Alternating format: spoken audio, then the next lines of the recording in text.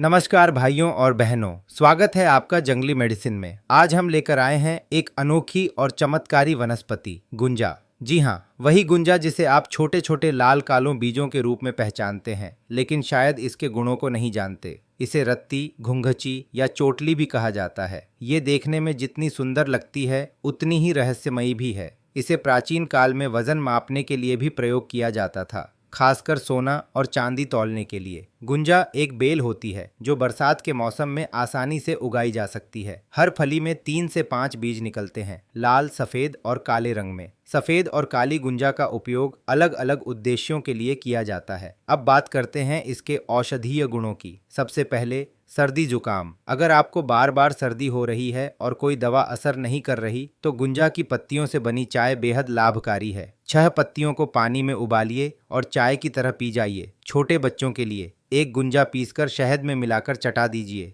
इससे उन्हें सर्दी से आराम मिलेगा। ध्यान दीजिए, गुंजा बहुत गर्म तासीर की होती है। छोटे बच्चों को 1 से अधिक बीज कभी ना दें और युवाओं के लिए भी एक दिन में 2 से अधिक बीज न लें। गांवों में इसका इस्तेमाल पशुओं की सर्दी भगाने में भी किया जाता है। गाय, भैंस या घोड़े को ठंड लगे तो 5 से 6 गुंजा खिलाए जाते हैं, पर ध्यान दें, दुधारू पशुओं को ये नहीं देना चाहिए, वरना दूध कम हो सकता है।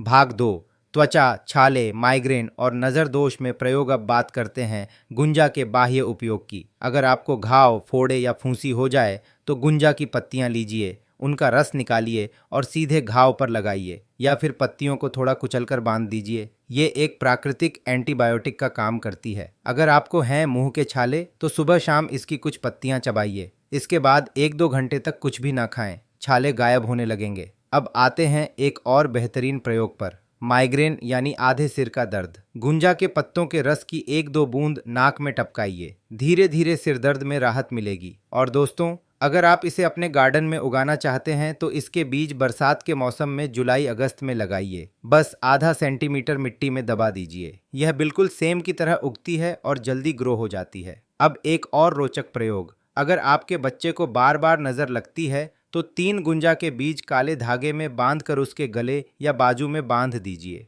लोग मानते हैं कि इससे नज़र नहीं लगती, और अगर लगे भी तो ये बीज टूट जाते हैं, जिससे तुरंत संकेत मिल जाता है।